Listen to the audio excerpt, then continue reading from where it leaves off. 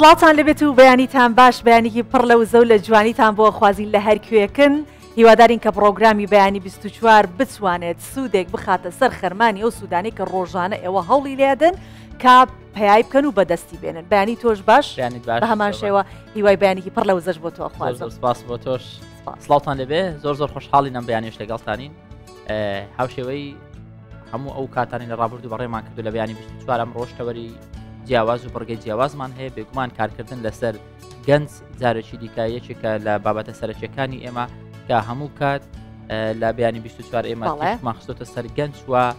لایەنە ئەدەبی و هونەریەکان لەلای ئێمە بەردەوام گرنگی زۆریان پێدەدرێت لە بەیانیان. باشە کەواتە با بچینە ناو ناوڕۆکی پرۆگرامەوە لە هەر بابەتێک کە ئامادە کراوە بۆ ئێوە ناونیشانێکتان بدەینێ جا دواترە چینە درێژەی بابەتەکان و گفتوگۆی لەسەرەکەین و میوانی تایبەتیشمانە بێت.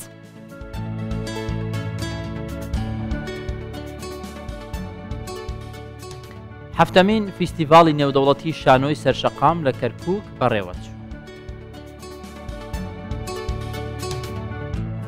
یەکەم شەپۆلی بە فربارین یەم ساڵ حاجۆمەرانی سپی پۆش کرد.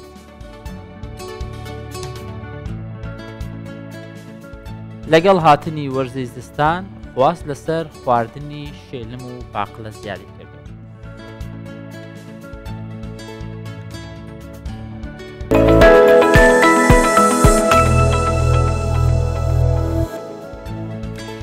هەکار بۆ پێی کە پرۆگرام زۆر گرنگی بە تەواوی ئەو بابەتانە دەدات کە گەنجان تیایدا خۆیان ماندوو دەکەن و هەوڵی ئەوە ئەدەن کە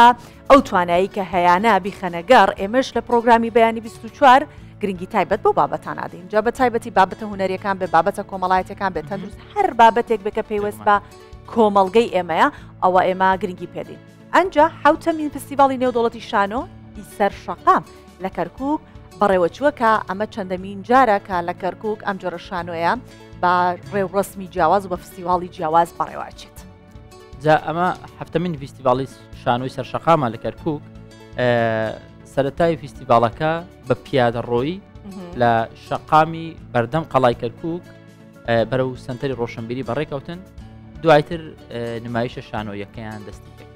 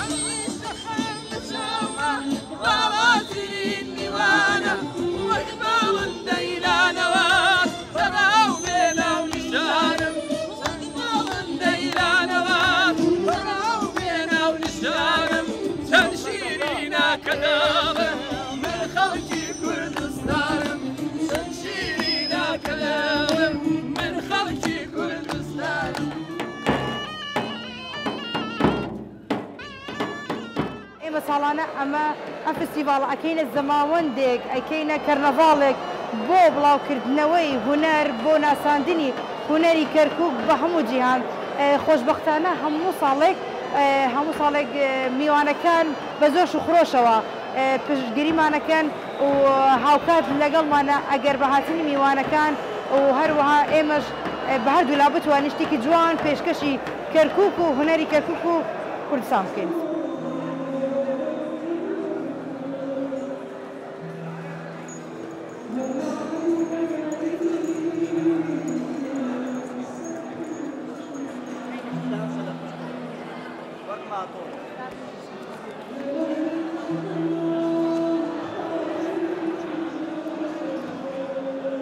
هاتین و مەبەستیشمان ڕاستقوڵەکاندنی مرۆڤی هاوچەرخ بوو بۆ ئەوەی سەبارەت بەو شتانەی کە لە دەوروبەری ئەکرێت وەکو بۆ وێنە ئەنفال وەکو هەڵە بجەکە ئیشەکە باسیەکە وەکو غەزە لە 15-20 ڕۆژە ئەبینی 5,000 منداڵی بێتاوان لەویا قەتڵ و عامە بێ خوێنیانە ڕژیە و مرۆڤ لە هیچ کەی دنیا هیچ ناڵێت و ئێمە وەکو هونەرمەندێ وەکو ئینسانێک وەکو مرۆڤێک بە پێویستی ێزانین کە بە تەئکید ئیش بکەین لەسەری ئەو شتە و ئەو مرۆڤی هاوچەرخە ڕابچڵەکێ.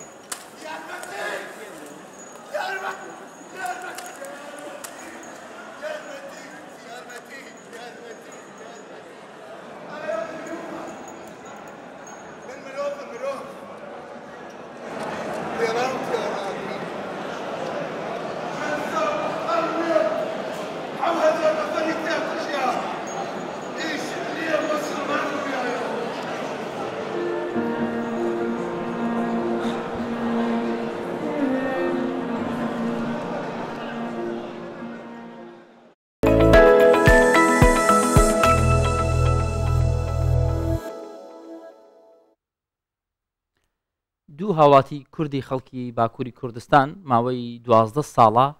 گۆڤار و پەرتووک و ڕۆژنامەی کوردی بەڵگەنامەکان بە شێوەیە دیجیتاڵی ئەرشیف دەکەن. جا تاوەکو ئێستا توانی ویانەکە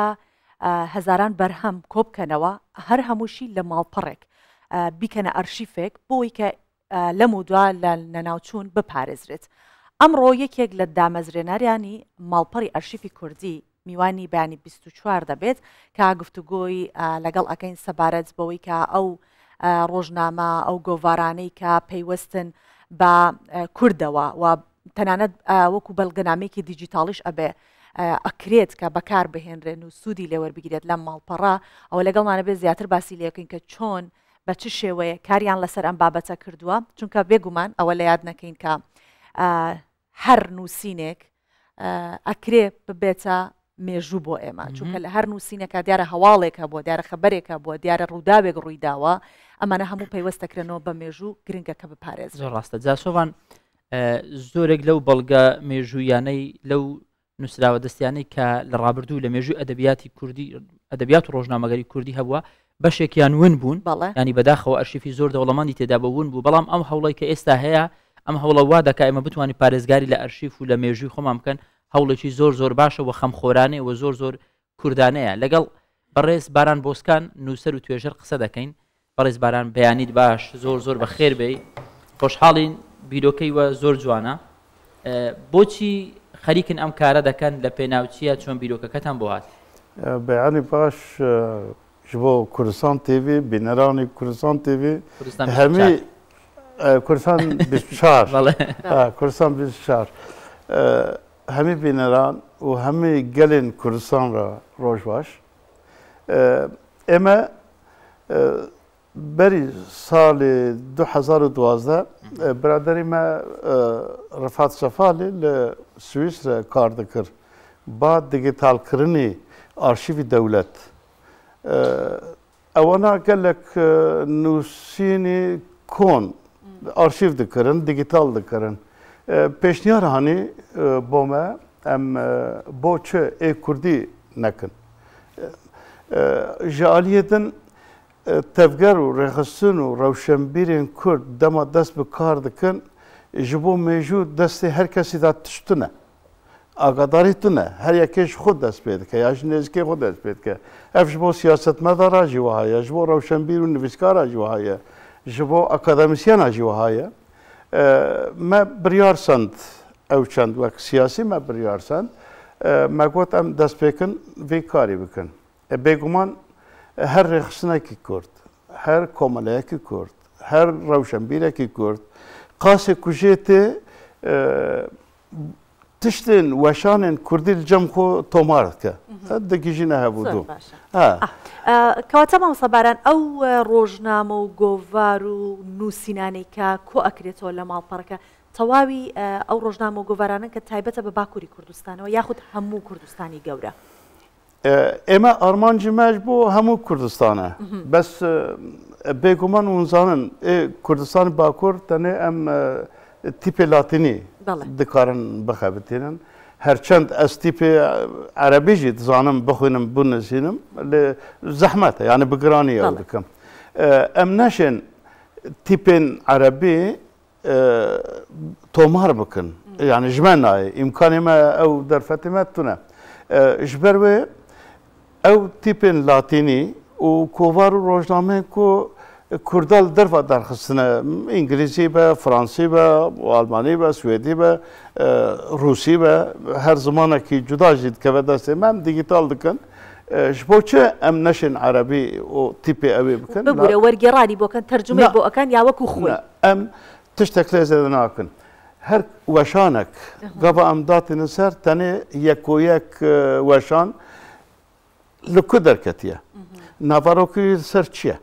زمانه وی چیه یا بزمانه یا دو زمانه سه زمانه زمانه وی چیه چند روپله اوان انفورماسیونا لکدر درکت یا وان انفورماسیونا دن هبوتو کرد داتن سر وشانه بخو ونه کیوی دردخن داتن سر تورا اینترنتی و اویج دیجیتال دکن پی دی اف اوی داتن بر هر کردکی لکدر دنیای بعد کاره بخوینه داخل لیکولیم بکه بگمان آرمان جامعه جبو کردستان همی پرچه کردستانی همی زارفا تداجی بگره تیپ عربی تیپ لاتینی جبو ویجی ما تکلیه ما به حکمت هرمی را و در دور راهی محاول دادن بلکی کاربن پیش روزه بکن هوایی که کردستانی جبه کرد ما با کرد بتکی دروسیم. ما مستا تاوکو است چند پرتوک و روزنامه با جماره لاتان هست چند تا جماره که اکید تو نشبه که هر روز دگوره هر روز هم لذت دادن و هنر کی پرچه تداهنه در ناکم پیش دورا 10,000 وشان های تدا يعني پرچین کو تدا بجی کرده افانا يعني كردستان روزنامه كردستان وزانن 1898 دركتيه و او روزنامه كردستان تفيوي و جيفردا چند وشان دركتنه نافاروكي وان كي درخستيه چيه ام لمزناكن وك ببليوتيكي كردي داتن ويداري ما بصباران زور گرنگه جگلا روزنامه كان لگوواره كان دسنوسا کوردیەکانیش بە ئەرشیف بکرێن چکە وەک دەزانن ئەوانەی کە شارەزاییان هەیە لە دەست نووسە کوردیەکان زۆر جار بە دەستی ئەنقەز ناوی نووسەر سڕاوەتەوە کە ئەرشیف بکرێتی تر سڕینەوە نامێنێت لەوێ ئەپارێزرێت چۆن کارتان کردووە کارتان بۆ دەست نووسەکان کردووە یان بەس ڕۆژنامە و گۆڤارەکانە وە پێوەرتان چییە بۆ ئێمە بەشێک ڕۆژنامەیەن بەشێک کۆڤارن بەشێک بلغه ام بيجن بلغه يعني نامه کی کرد نوسیه جیه کرا یا جبو کرد هاتیان نوسین بروشورن بشکشی واری رخصتنیه او زده اکتیف نه ام دخوازن لزده کن دست مده ماتریالی مهنه اون پارتی و رخصتن کردستان اچ وقتی هاتنا دامز راندن بریاری وانه کنگرا برنامه وانه ام وانجی لزده دکن تشتكي ماسي فيديو تشتي تيتنا او تيتنا تشبل جهبه جالي كيفا تشوا هاتوا وكرنا ام دنوسينا تشتكي ما ديجيتال كرنا جي لكومالي كوش كاك لهولندا ما جيغا ما هي جيغا دانا ما ام لويدري هالتينن بس بهوا كنا زيدا بروفيسيونالا وخبات ما زيدا بروفيسيونال نيه ها ام ديجيتال كان مال كان خو باش تخبطن كتاب روزنامه و گۆڤاری کوردی لە مێژووی کووردا زۆر زۆرە ئێوە هەمویان دەتانەوێ ئەرشیف بکەن یان پێوەرتان هەیە بۆەوەی کە کامە باشە کامە گونجاوە کامە گرنگە بۆ مێژوو بمێنێ ئەمانەتان ئەرشیف کردووە وێنەیەکی دادگاهی هەیە چاپ گرتی میزان دەستەوی دایە ئەم نەڤەرۆکاوێ مێزە ناکن یعنی ئەم مێزە دکەم بێگومانم چییە چنە بەس بۆ مە نەگرنگە ناڤەرۆک یەک دژێ مەیە باشە یەک تشتێک خراپ دونووسینە ji ber ku rewşenbîrek nûserek ya jî partiyek li hember xwe jî ew ke lazime zanbe çi ye ew lazime bibijêre ne em بێگومان پرتوگانا پرۆبلەم هەیە di kitaba da problem heye kitap mülk e zarokê wî jî dikare li gelek dewleta zarokê wî jî dikare heq bixwaze ماف بخوازه ماف وشانه دست هر کسی دا تونه جبوه به هزاره بلکه پرتوک دست مدهانه دیجیتال کری ما وک کپیا کی وان دا پرتوخانه سویده داخواست کردن مدا وان او هلتینه پروبلم تونه و شاندنه پروبلمه جبوه ایکو اجازه تونه بم نواشین ام اجازه ما هبه ام دواشین یا ام نواشین زۆر باشە مامۆستا با بڵین لە کۆکردنەوەی ئەو گۆڤار و پەرتوکانەی کە هەن کامیان مێژوەکەی کۆنترینە ینی ئەسکی کامیان ئەسکی ترینە کۆنکۆنە و تاریخەکەی بۆکەی ئەگەڕێتەوە تێنەگەیشتم کامیان کۆنترینە مێژوەکەی کۆنترینە لەو نووسینانە ینی سەدەکانە هەنگی ئەکسێ کەڤنە پرتوکێن زێدە کەڤن تونن جەمە مێژوەکەی بۆ کەی ئەگەڕێتەوە ئاخر سەدەی ڕابردوو ساڵی 80ەکانی تێدایە پرانێ یعنی ئێکو جەمە هەنە يعني 1950 وان شغا دركتنا يكون الجماعة زادتنا يكون جبركو يكون وشان كردي چیه بكوفر روزنامه دست بکرن مثلا گلکس وانا وقت جیل درخستن وقت محمد امین بازرسان وان لیکولینن اوه وقت کتاب درخستن ایوان کوفر روزنامه اوه موها وشاندیه ما دست خونه ده نه گوهراندیه وقت جیل مدانیه ویداری مثال کردستان روزنامه کردستان وقت پرتوگه دب اوكا كرد جلتي يك جلتي دو ما وهذا دانيا سر ما نافاروكا يفنا كريه وكذا الكتاب ما قلت يا ام نشن بواشين جبوجي ام زاد لنا قري انا برتغانا ها من ما بستم لا ببورا بيما او برسياركا والله ما كاين ورنك ما بستم لا تاريخي اويا تاريخي كنت نيت كنتن ده حزار يعني حزار نسدو بينجي وشيستوان يكدو هانا ترى وكنتن او تازه باش ما مستا وينا زور جرينجا بو روزنامه بو غوفار و يعني بو ارشيف بو ميجو بمينتوا يعني دەبێتە بەڵگەیەکی زۆر زیندوو بەردەوام ئێوە تەنگ گرنگیتان بە فۆتۆ داوە جگە لە دەستنووس لە گۆڤار و ڕۆژنامە و کتێب فۆتۆشتان ئەرشیف کردووە؟ هەنا وێنە دەستی مادە هەنا کێ من ما ئەرشیف نەکردووە وێنە و فلیم دەستی مادا ئەوکردن یعنی ئێ ئەرشیفکردنێت تونە وێنەی کۆن هەنەکی جەممە بەسمە بەش بۆوان ڤەنە قەتاندیە هێنا باش مامۆستا ئێوە هیچ گۆڤار و ڕۆژنامەیەک هەیە کە لە دیاسپۆرا چاپ کرابێت لەوە شانخانەیەکی ئەوێ بوو بێت ئێستا ئێوە ینی باڵین نمونەیەکی مابێت و ئێوە ئارشیفتان کرد بێ هەتانە مەسە بیر نەبوون لە ئەوروپا دەردکەوە بەربانگ لە ئەوروپا دەردکەوە یانێ ئەو وەشانێک و ئەمدن هەبوو دوو جێک و لێ دەرکەتیە نەگرینکە ئەم چۆن دنووسینن ئەف کۆڤار یا ئەف ڕۆژنامە لفلان ولاتي دركتيا بأف زماني دركتيا يا بدو زمانة دركتيا جبوتشيا سياسية روشنبيرية جواكية إزاروكايا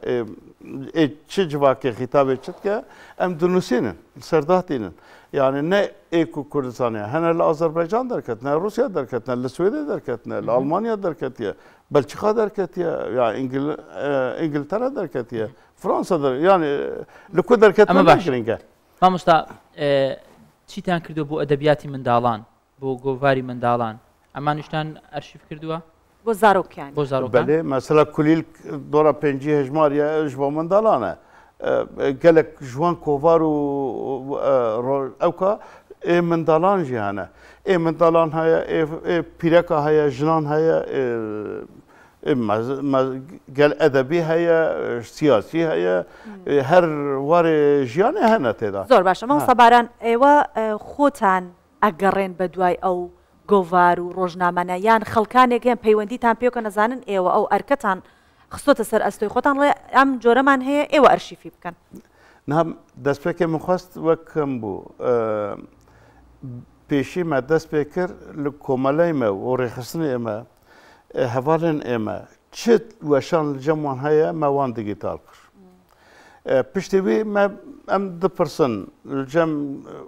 هەواڵە کۆمەلەیەک ڕێخستنێکی چه هەبە ئەم ژوان داخواز دکن ام دچن جموان مخابن كرد جم خو نابجن ورا يعني ام بشين بوا قال كاست بجا ورا الجمع ارشيف ما مزك ما تفليها بجكريا ورا بنر ام دچن جانا ليد نيران وبروجك دمينن وليد قالن تشتكتنا بوما تشتكتنا نكو اوتنا اجا لكو ام ببيسن وبيغمان بامكانهم خو در فتح خو ام خو بخش دخبتن تشجيع كشي ام علي كار مالي كار ناسنن جيكو ام كاربن بكيشن لكو دريد ببراب ام تكيشن اگر بتسمى كم بدن ما ام تينن ديجيتال دكن ما مستا استا ياش مرا بيشاندن باشا كابراكي تويجر قطابيه كسك بيوي سيرج بكا لچوي دي دوزيتو ارشيفا مالبري وتسيا مالبري ما ارشيفا كرد اورك ارشيفا كرد اورك هر کسی که کدره کار بخونه کار داغه دکاره پرینتر بکه چوا بخوازه به برای هر کس کار داغه بخونه لکدره ببره آرشیو کرد اورک هر کارێک بەشی خۆی سەختی هەیە قورسی هەیە ئێوە لە کارەکەتان چ ئاستەنگێک هاتە بەردەمتان بۆ دیجیتالکردنی ئەو گۆڤار و ڕۆژنامانە چ ئاستەنگیەک هەبوو لە ماوەی ئەم 12 ساڵە و زەحمەتیە ئاستەنگیا هەری مەزن تەکنیکە یعنی ئێکوژمەرە ماڵپەرە چێتکن یا تشتێکیان بخوازن لێزە دەکەن ناس و دۆستێکی دیگەرن خۆبەخش بەر تەکنیکی ئالیکاریان مە بکە یان ماڵپەرە چێکە تشت لێزێ دەکە کێم بکە ئەو زەحمەتیە یەک ژبەر کە خۆبەخشە ڕجات جوان دکن و تیکا دکن کارێ ڕۆژێک ساڵێک داشۆ ئەو زەحمەتیە زەحمەتی دووەم ئەم گۆرە دەرفەتی خۆ ئیمکانی خۆ دکارن مەساجیەکی تشتێکی هەبە ئیمکانی مە هەبە ئەم دچنتینن دوو ji bo digîltarkirinê cihaz dibe bername me ne orjinalin ji ber ku mesa pdf gelek bername wan gerek te mehane abone bî yani duan wera da zehmetî heye her niha jî heye pêşa rojê da jî wê hebe civandina weşana da zehmetî ew e kes ji xwe ber alîkarî nake gerek te herê li dû bigerê tu bipirsî yani kesekî Kurd hînbûniyekî tu nebêje wala arşîvê ev tişta tê tune li cem min heye ez jê re bişênim ya xeber bidin ew Kurda da tune ew Kurda da tune baran boskan û ser û توێژەر زۆر زۆر سپاس بۆ تۆم بەیانی لەگەڵمان بووی هیوای بەردەوامی و سەرکەوتنتان بۆ دەخوازم کارەکەتان کارێکی زۆر زۆر گرنگی مێژووی ئەدەبیاتی کوردیە هیوادارم با بڵێن نووسینی کوردی پیتی عەرەبیش شوێنی ببێتەوە لەلاتان gelek spasın ji bo Kurdistan 24 ji bo vê derfetê em hêvîdarin em karibin ji ber ku lêre Kurdistan navendî Kurdistan hemî perçaye ji hemî beşê Kurdistanê lêre însanê rewşenbîr û siyasetmedar û ew ê lêre ne em karibin li vir weşangehekî çêkin yani arşîv ji bo hemî Kurdistanê çi tiştê ku Erebî be, Farsî be, Tirkî be û zimanê dinê be û ê ku Kurda li her çar perçê Kurdistanê derxistin em karibin bijvînin hêvî û armanca me ev e dîka me ji dewleta me ji berpirsiyarên me û ê ku van karana dikin em alîkarê hev bin tiştekî werçêkin دووبارە سپاس دەکەین دووبارە بەخێر هات سپاس باش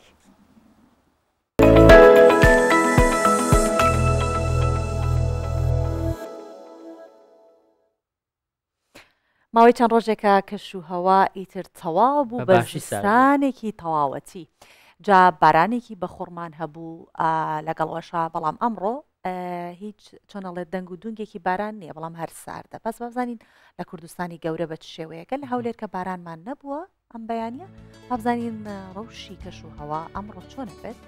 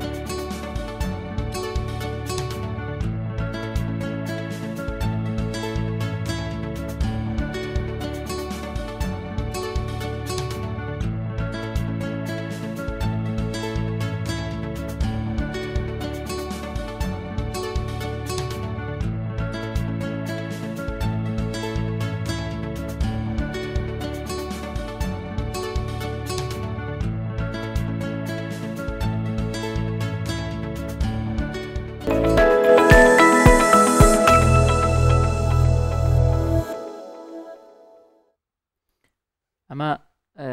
کەش و هەوا و پلەی گەرمی زۆربەی شارەکانی کوردستانی گەورە بوو بەڵام لە هەندێک شوێن بە تەواوی سارد بووە ینی سارتر لەوەی کە من و سۆبان باسمان کرد وەکۆی کە یەکەم شەپۆڵی بەفربارین حاجی ئۆمەران و ناوچەکەی گرتەوە و تیمەکانی بەفڕاماڵین حکوومەت یاریمی کوردستانیش هەفتەیەک پێشوەختە کەمپی خۆیان دامەزراندووە. بەڵێ جا هەر بۆ ئامادەکاریانە تەواوی ئەوەی ئەرکی سەرشانی ئەوان بە ئەنجامیان داوچکە ئەو ناوچە سنووریە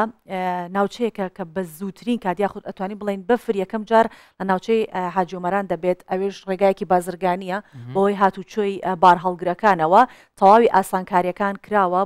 بۆی کە دۆخی هاتوچۆ لە ئەگەری هەر دابارینێک تووشی هیچ کێشە و گرفتێک نەبێت ئەم بابەتە بەیەکەوە دەبینین جاداتر دەینەوە بۆلاتان. نیشانەکانی پێشوەختەی زستان لێرە دەرکەوتون و یەکەم شەپۆلی بەفربارینە. سارترین ناوچەی هەرێمی کوردستانە، ئێرە حاجی ئۆمەرانە. تیمەکانی بەفڕاماڵین هەوڵەکانیان بۆ ڕێگریکردن لە ئاستەنگەکانی هاتوچۆ و ڕاماڵینی بەفر خستۆتە گەڕ و بۆ دروست نەبوونی ئاستەنگ لە هەموو کاتێکدا کار دەکەن. ماوەی زیاتر لە هەفتەیەکە ئامادەکاریمان کردووە بۆ هەر ئەگەرێکی نەخوازرا و کەمپاندا مەزراندووە لە حاڵەتی ئامادە باشیدان هەم لە بەفربارین هەم لە داڕمانی شاخ و پارچە شاخ بۆ سەر ڕێگاکان ئامادەکاری تەوامان کردووە بۆ ئەوەی ئاستەنگ لە بەردەم شوفێران دروست نەبێت. دەڤەرەکە سپی پۆش بووە. دانیشتوانی ئێرەش ئامادەی خۆیان بۆ پێشوازی لە وەرزی سەرماوسۆڵە کردووە. ئەو ساڵ لە چاو ساڵان زووتر بەفرباری سوودی بەفریژەوەیە ئاوی ژێرزەوی زیاد دەکات لە بۆ فەلاحەتی لە بۆ مەڕداری لە بۆ هەموو شتێکی سوودی زۆرە. وڵا ساڵان ڕابردوو بەفر زۆر دەباری بەڵام لە ئەو یەک دو ساڵانە بەفر ئەو ساڵ زوو باری. وەرزی زستان لێرە سەختە و ڕێژەی دابارینی بەفر ساڵانە لە نێوان 3 بۆ 7 مەترە. ئێستا پلەی گەرمی 1 سیلیزیە و کەمترین پلەی پێشبینی کرا و 4 ژێر سفری سیلیزیە و بەستەڵەکیش دەبێتە ئاستەنجی بەردەم بواری هاتوچۆ. لێرە بۆ چەند ڕۆژی داهاتوو دەبێتە 1 پارچە بەستەڵک بەڵام دانیشتوانەکەی بەم دۆخە ڕاهاتون و پێش ئەم وەرزە تەواو خەوتانی خۆیان کردووە بۆ بەفروسڕی زۆر. هەروەک دەستگای کەشناسی پێشوەختە بۆ ئەم ساڵ پێشبینی دابارینی بەفرێکی زۆری کرد ئەوە بەر لەوەی وەرزی پاییز بارگە و بنەی بپێچێتەوە لێرە بەفربارین دەستی پێکردووە. تەیفور محەممەد کوردستان 24 حاجی ئۆمەران. سپاس بۆخوا لە کوردستانی ئێمە ئەتوانین بڵێین یاخوا هەر ئاوادان بێت چونکە هەمیشە ئێمە چواروەرزەکەی ساڵ ئەبینین هەمووی دەبینین هەندێک وڵات هەیە بە بەردەوام لە ناو زستانەیە بە بەردەوام لە ناو گەرما و هاوینایە ئێمە هەر چواروەرزەکە بینین ئەمە ئەوە ئەگەێنێت کە ئێمە لە ناو یەکێکین لەو نعمەتانەی کە خوای گەورە پێبەخشین جا جوانی و خۆشی ئەمە لەکوێت تۆ توانین لە هەر وەرزێک و شتێکی تایبەت بخۆی بۆ نمونە لە هاوینانە ئیتر وەرزی شووتی و کاڵک و ئەو شتە ساردانەیە کە یەکەیتە سەلاجە و سارد دەبێت لە زستانانیشان لەم جەوە خواردنی قەلە خەرمان خواردنی تەڕەساس خواردنی پاقلا شێلم هەموم خواردنە گەرمانە جا لە هەر شارێک و هەر ناوچێک خواردنێک بەناوبانگە ینی لەم کاتانە لە مۆرزە ساردانە گۆشتی قەل و قاز و ئەمانش هەر ئەوە هەروازی لێبێنە زۆر زۆر تایبەتە لە وەرزی زستان خواردنەکانی شێلم و پاقلەش خواستی زۆریان لەسەرا لەگەڵ هاتنی سەرما و وەرزی بارانبارین ئیتر هەندێک خواردن هەیە لەم کاتانە زۆر زیاتر خواسی دەکەوێتە سەر جا من لە زستانانە حەزم لێیە کاتێک شەو درەنگە بێت بڕۆین بۆ لای قەڵا لەوێ پاقلەی زۆر خۆشی لێە شێلمی زۆر خۆشی لە سلێمانی شوێنی تایبەت هەیە و بە شێوازێکی تایبەتیش ئامادە ئاکرێت بۆیە ئەمڕۆ باس لە شێلم و پاقلەی سلێمانیەکەی کە زۆر بەتام و بەچێژە و زۆر خەڵکیش خواستی لەسرە زیاتریش لە سەهۆڵەکە ئەتوانین بڵین پاقلە و شێلم و بابەتانە دەستەکەوێت هەر کەسێ بچێت بۆ سلێمانی ئەچێتە ساڵەکە و لەوێ ئەو جۆرە خواردنان ئاخوات.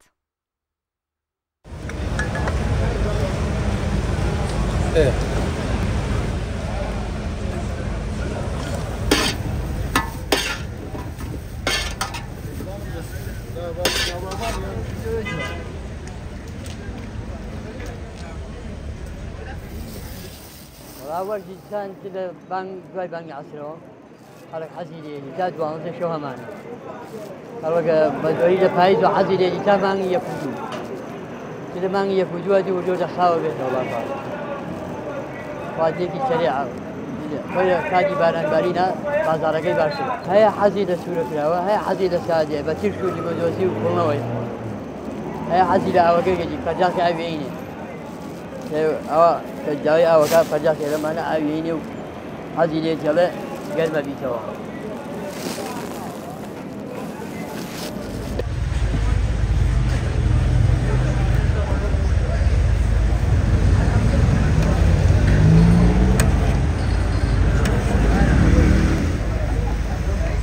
شێلم زستانانە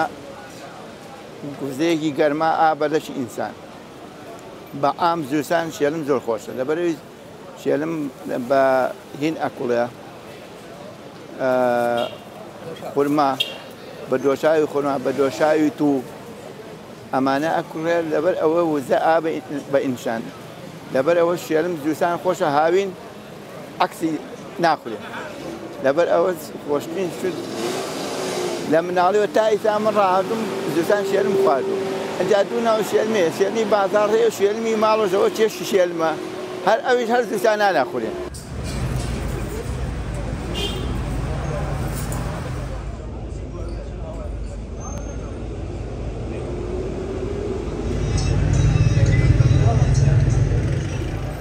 لەگەڵ هاتنی یەکەم شەپۆلی سەرما ئیتر بازاڕی شێلم و پاخلا وەک هەڵاوەکەی گەرم دەبێت لەگەڵ پیاسەیەکی بازار و سەردانیکردنی بازار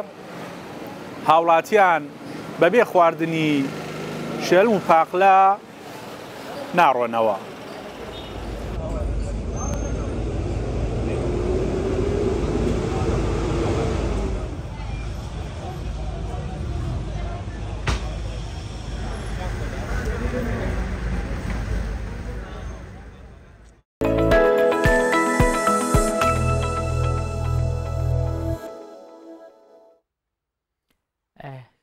سۆڤان کاتی ئەوەیە کە وەکو ڕۆژانی ڕابردوو بڕگەی لەگەڵ ئەحمەدی خانی پێشکەش بکەین کە جاندۆست نووسەر و لێکۆڵەری ئەدەبی کوردی پێشکەشی دەکات ئەم جارە باستەوە دەکات کە ئەحمەدی خانی عەشق و عیرفانی بەیەکەوە کۆ کردوێتەوە و لە نێو تێکستە ئەدەبیەکان جێ کردوێتەوە بەڵێ هەروەکو بینەرانمان ئاگادارن و شارەزان لە ئەم بڕگەیە هەر جارێ و نووسینەکانی ئەحمەدی خانی لەلایەن جاندۆستەوە باسی لایەنە جیاوازەکانی ئەکات لە هەر ئەنگڵێکەوە کە نووسەر تێبینی هەبوو بێت یاخود مەبەستی بوو بێت جاندۆست ڕوونتری ئەکات و ئەی خاتە ڕوو با پێکەوە ئەمڕۆ بینەری ئەم بڕگەیە بین. ڕۆژ باش تەماشەوانێن هێژا هون بخێر هاتن خەلەکەکە نوژ لەگەل خانی وەک هەرجار ئەمێ لەگەل خانی ئیرۆ دیساژی دەمەکە کورت بژین ئەمێ لە مەموزیناوی گۆهداری بکەن وەک ئەم هەرجار دەبێژن مەموزیناوی پرتوکەکە دەبێت هەر مالێ دەهەبێت دەبێ هون هەموو لێڤەگەرن ئەگەر زمانێکی زەحمەت هاتە بەنویسین شرۆڤەیەوێ هەنە وەرگەراوێ هەیە مەموزین ji بۆ me birastî kitêbe gelek giring e û hûn bala xwe didinê bê çi qase fikir û felsefe û tesawuf û zimanzanîn tiştên nazik tê de hene îro em ê ji were hin malikan bixwînin belkî ez gelekî fireh nekim ji ber ku felsefeya divan malikan de felsefeya gelekî kûr e divê belkî xelekek du xelek li ser bêne çêkirin û em behsa fikrên tê de hatî ew fikrên hûr ew fikrên ku divê em hûrgiliyên wê derxînin çi dibêjin çi ji me re dibêjin behs bikin ji bo wê jî ez ê niha wan çend malikê min behs kiriye bixwînim piştî wê belkî ez şiroveya peyvên tê de wekû ferhengokekê bibêjim lê şiroveya giştî û wateya wan malikan mumkin e ku me karibû em vê xelekê bibêjin em ê bibêjin yan na em ê xwe bispêrin xeleka sibe yan a du sibe ev eşq û mehebeta di dil da ev zulf û selasilê di mil da آیا نتا چێکردن مقابل هەر یەکتە بە هەفکردن معادل ئاینەتە چێکردن مکرر حسنا خودوان دکی مصور ئاینە لە پێشی تووتیان گرت داوەکتە لە پێشی کوڤیان گرت ئاینە ژوان وەیە عکسی ژوان وەیە کوتاوە نەقشێتە دبینن ئەو دەئاوێ ناکن حەزەرێ ژە ئاو و داوێ نەقشێتە دبینن ئەو دەئاوێ ناکن حەزەرێ ژە ئاو و داوێ لە بتەشنە تەلەب دکن زولالێ وێدانە و دام و زولف و خالێ لە بتەشنە تەلەب دکن زولالێ وێدانە و دام و زولف و خالێ مەقسوودی کوبوو ژ پێش فەحازر دێ قەستی بکن جەمیعی نازر تووتی بخوا ما شەکەر درێژن تووتی بخوا ما شەکەر درێژن هەرچی دبهن ئەوی دبێژن وی مەقسەدی مختصەر دبینن وی مەقسەدی مختصەر دبینن پابەندی دبن گەلک دمینن ئەف مالکن فەلسفەیەکە بڕاستی کورد تێدا هەیە فەلسفەیە هەبوونێ فەلسفەیە ئەم بێژن عەرەبیت بێژن فەلسفەت الجەمال فەلسفەت العەشق هەموو دڤردا هەیە فەلسفە ئینسان و نێزیکبوونا ئینسێنی ژ خودایە خوا تێدا هەیە چاوە ئەمێ هورک هورک وەرن پەیوان شرۆڤە بکن و پاشێ ئەمێ ئەو فەلسفەیە گوان بەحسا وێ دکن ئەمێ ژوەرە شرۆڤە بکن ئەڤ عەشق و مەحەبەتە ددلدا مەحەبەتش خوا دیارە ئەڤ زولف و سەلاسلێ دملدا یعنی ددلدا عەشق هەیە دلێ ئەڤینداران عەشقە لە جەم دلبەر و یاران زولف و سەلاسلن پۆرێ بەردایی جوانیە جوانی بەرامبەر ئەڤینداری ئەڤین بەرامبەر جوانیە ئایا نەتە چێکردن مقابل یعنی وەکو ئەحمەدی خانیش خودێ دپرسە نە ئەو تە چێکردنێنی ئەو جوانیە کەچکان جوانیە دلبەرێ و ئەو عەشقا گەرمی دلێ ئەڤینداردە ئایا نەتە چێکردن مقابل نەتل هەمبەر هەفتە چێکردنە هەر یەکتە بە هەفکردن معادل جوانی چ قاس بلند بە و پر بە ئەو قاسی عەشقیشی پرە عەشقا گەرم عەشقا ئاگرین لە گۆر جوانیەیە جوانیە مەزن عەشقەکە مەزنجی لە هەمبەر وێ هەیە معادلێ هەبن یعنی هەمتایە هەبن بەرامبەری هەبن ئایا نەتە چێکردن مقابل هەر یەکتە بە هەفکردن معادل ئاینەتە چێکردن مکەرەر خوا دێرت بێژە ئاینە نەینکە ئاوێنەیە ئاینەتە چێکردن مکەرەر دووبارە بووی گەلک دووبارە دبن گەلک گەلک دووبارە بووی ئاینەتە چێکردن مکەرەر حسنا خودوان دکی مصور دڤردا مەبەستە ئەحمەدی خانیش ئاینەیە چییە نەینک عینک ئەو ئاینە چییە ئاینە هەر تشتێک کۆ ئەم ببێژن جەمالا خودێ تێدە تەجەلی دبە تێدە تێ خویاکردن تل هیڤێ دنێریت بێ ئەو هیڤا چ قاسە خۆشک ئەو ئاینەیەکە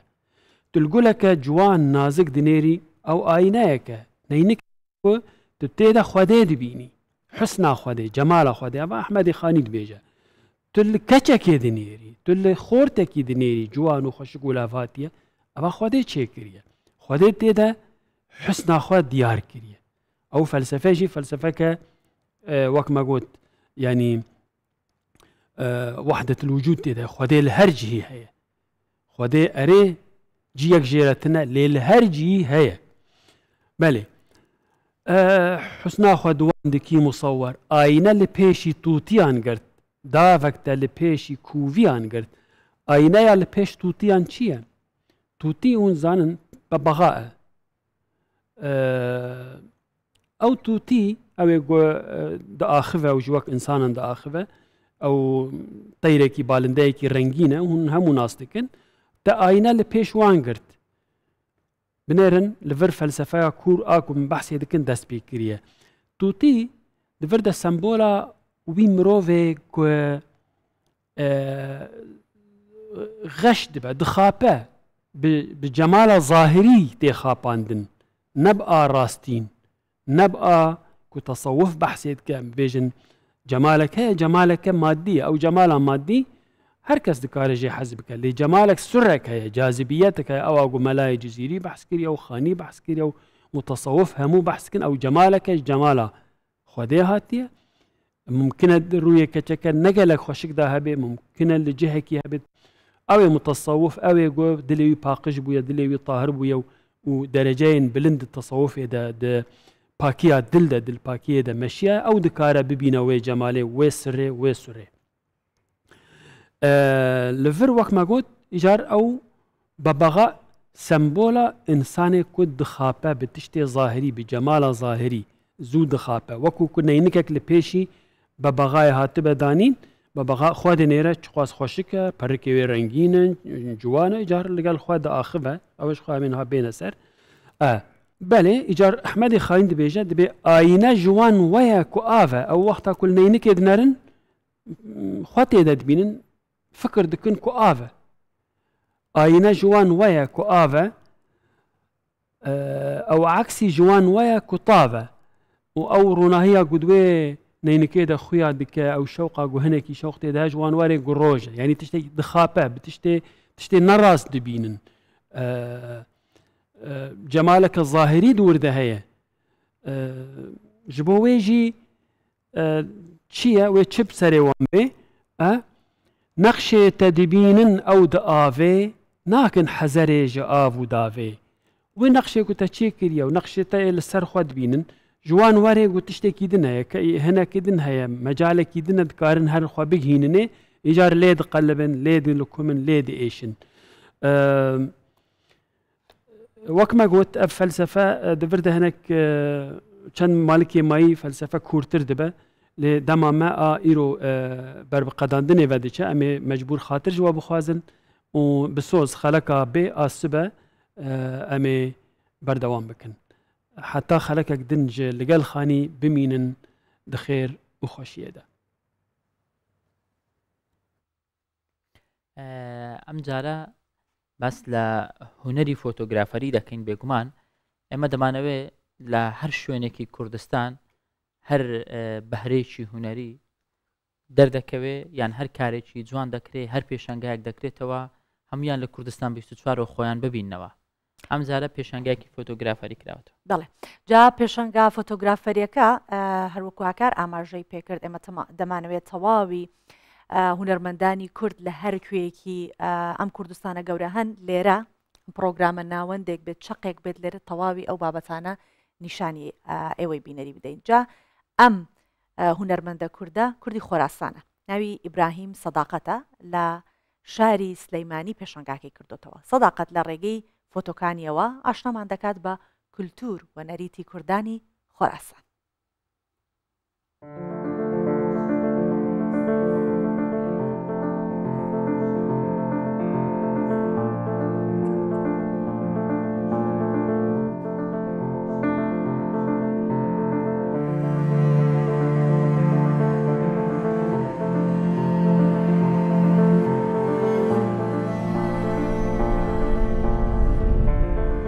از ابراهیم صداقتم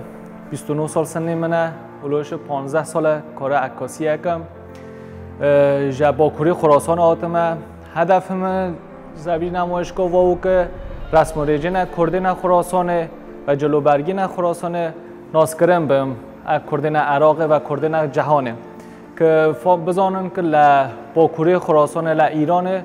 جی کرد هنه کرمانج هنه نمایشگاه من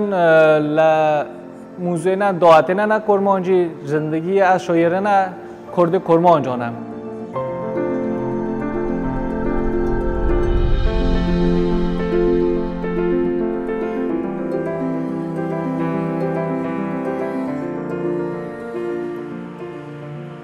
کرد با کوری خراسان دعاته من پرتری دعاته نه سنتی کرمانجی اگر نه بعد مدت ها و رسم و رژیم ما جبینه چو ولی خوشبختانه چند ساله اخیر و رسم و رژیم وگران دنه که وا رسم و رجا ان نسل نه هن نشان بهن که آقا فرهنگی ما جلوبرگی ما اصالت ما چنه لدوات نه کرماجی ما از ساز و دوهله ناتی قشمه که دوهل واتشتانه شده مثلا دوهل جا پوسته بیز چه کنه مثلا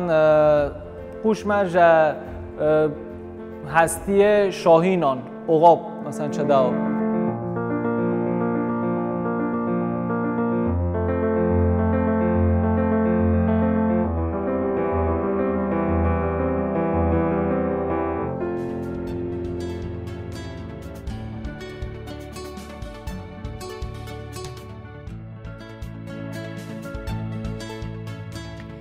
هەکار کوردانی خۆراسان لە ڕووی پاراستنی کولتوری کوردیەوە هەرچەندە زۆر لە چوارچێوەیەکی بەرتەسکدان بەڵام کولتوری کوردەواریان زۆر جوان پاراستووە لا ڕووی ئەدەب و هەروەها نووسین و هۆنراوە و تەنانەت لە ڕووی میوزیکەوە میوزێکی تایبەتی کوردانی خۆراسانیش هەیە کە کوردانی خۆراسان بەوە بەناوبانگن جوانەکەی لەوەیە کە کوردانی ئێمە لە هەرکوێیەک بن کوردایەتی خۆیان لە یاد ناکەن ئەگەر لەژێر هەر بارودۆخ ئەمەی ئەمڕۆ بینیمان لە پرۆگرامی بیانی 24 دەرخەری ئەو قسانەیە کە سۆڤان دەیکا وەکو ئەوەی کە مامۆستاباران میوانی ئێمە بوو تایبەت و با کۆکردنەوەی بەڵگە مێژوویەکان ڕۆژنامە و گۆڤار و کتێبە کوردیەکان و بە دیجیتالکردنی لەلایەکی دیکە نیشاندانی مێژوو کولتور و هەموو ئەمانە هی خۆراسان لە ڕێگەی پێشانگایەکی فۆتۆگرافەری و لە کوردستانیشۆ بەردەوام ڕۆژانە